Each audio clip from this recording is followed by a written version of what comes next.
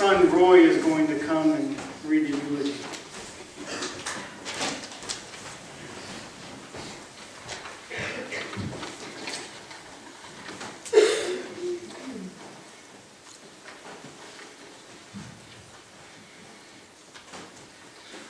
On behalf of the family, I'd like to thank you all for being here this morning. It's truly overwhelming, and your demonstration of love and grace to our family, not just today, but ever since those 6 scrawny kids ran up and down the streets on bicycles, the love you've shown to us has been overwhelming. So thank you, and thank you for being here today to celebrate Grace's life.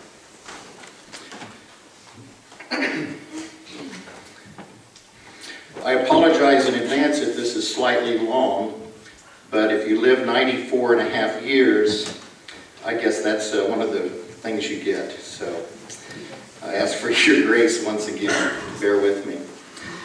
Goldie Grace Hopper was born June 24th, 1918 in a home near Buhler, Kansas, to parents Willis Orville and Goldie Cecil Haggerty Hopper. Her birth was attended by her grandmother, a nurse and a midwife, and missed by her father, who was away as an Army medic stationed at Fort Riley, Kansas. Early childhood years were spent mostly in the Hutchinson, Kansas area, where Grace's father worked several jobs to support his growing family. Grace was joined by sisters Frances, Willa, Donna, Levita, Lorene, and Jean, and brothers Orville and Milton. All but Lorene have preceded her in death. Grace was educated in the Seventh-day Adventist School and Hutchinson grade schools before spending her high school years as a Salt Hawk at Hutchinson High School, where she graduated in 1935. After 2 years at Hutchinson Community Junior College, she received her teaching certificate and signed her first teaching contract in 1937 for a position at a one-room school north of Abbeville called the Ireton School. Low enrollment forced the closure of that school after 1 year, and Grace was relocated to the Mennonite School, where she taught 24 students in 8 grades for 3 years. She then took a position at yet another country school, Keddy, which was north of Sylvia, Kansas. She loved to tell stories about her days in the one-room schools. She was the teacher, the custodian, the fire builder, the coach and referee, the lunch supervisor, and the principal of the building. The buildings were very cold, and she had to arrive early to start the fire in the wood stove. Once after Christmas vacation, she started the fire, then set about preparing the classroom to discover that all the ink jars were frozen solid. Classes were often held around the wood stove for at least the first hour of every day, or until the room warmed up. One time, Grace was warned of an escapee from prison that could possibly be in the area. During a late morning reading class, Grace heard a noise in the cloakroom. Not wanting to alarm the children, she quickly but quietly walked to the back of the classroom while they continued to read. She picked up a baseball bat, raised it to her shoulder, ready to swing. Imagine the alarm on the school superintendent's face when he stepped in from the cloakroom for a surprise visit. A second frightening report a year or so later prompted her to keep her hatchet in her top desk drawers at all times. We're having that debate again now, aren't we? A little different weapon. The one-room school era was coming to a close, so Grace began teaching at Sylvia Grade School. After a year there, she wanted to see if the world had anything else to offer her. So she moved to Oklahoma City to become a full-time church secretary in a Baptist church. But she missed teaching too much and returned to Sylvia to teach for the next 3.5 years, spending her summers taking classes at Fort Hays State University. About then, along came a handsome fellow.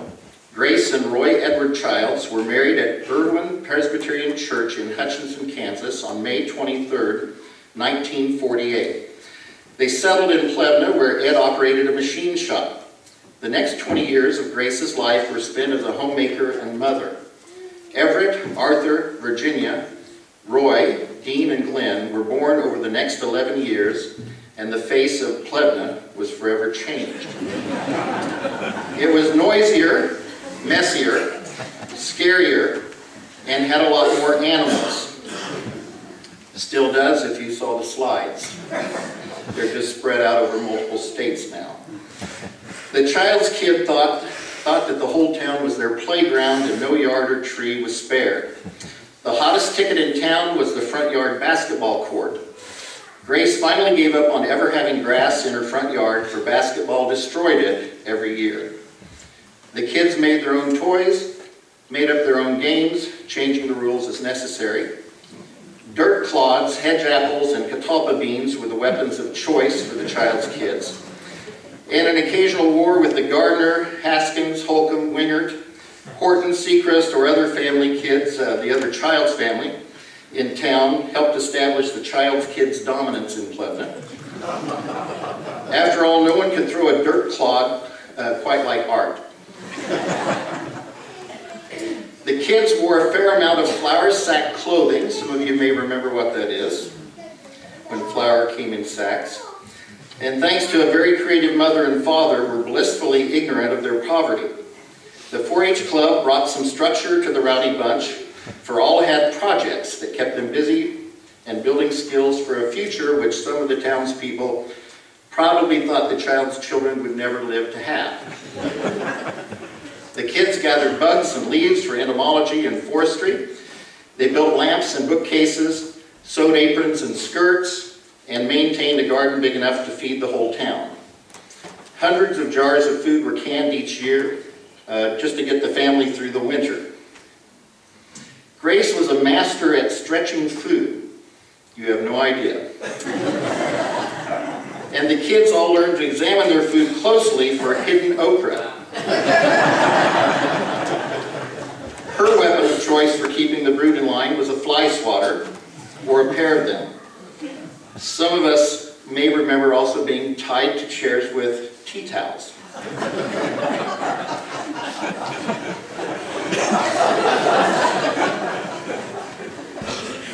None of you turned us in.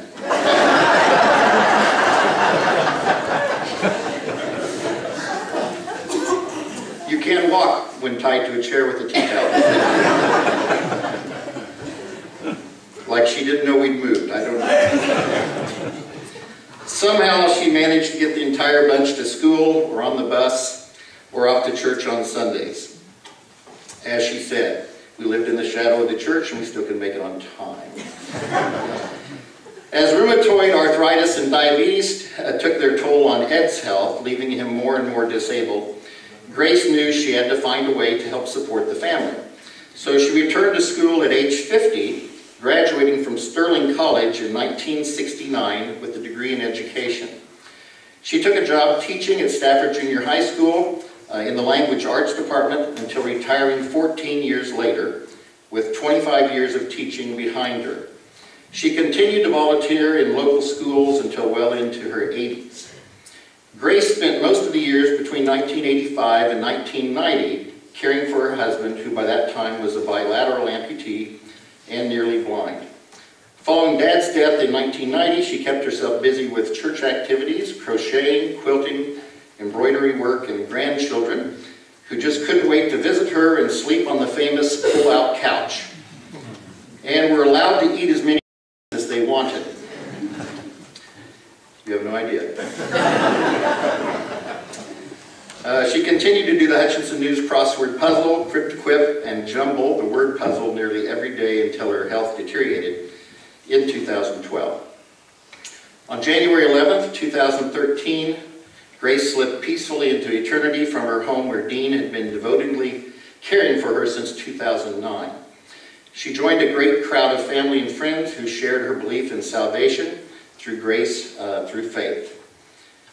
Some of you may remember her as the teacher, others as the city clerk of Plevna. Some might think of Grace as the tutor or 4-H leader.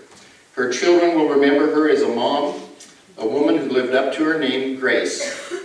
There's no need to make her appear more virtuous in her death than she was in life. She was content with the life God had given her, and she saw no need for pretense. Her priorities were easily recognized, and she sought and lived a peaceable life before God and men, according to Romans 12:18. She will be missed by many friends, by her 6 children, their spouses, and 15 grandchildren and 16 great-grandchildren.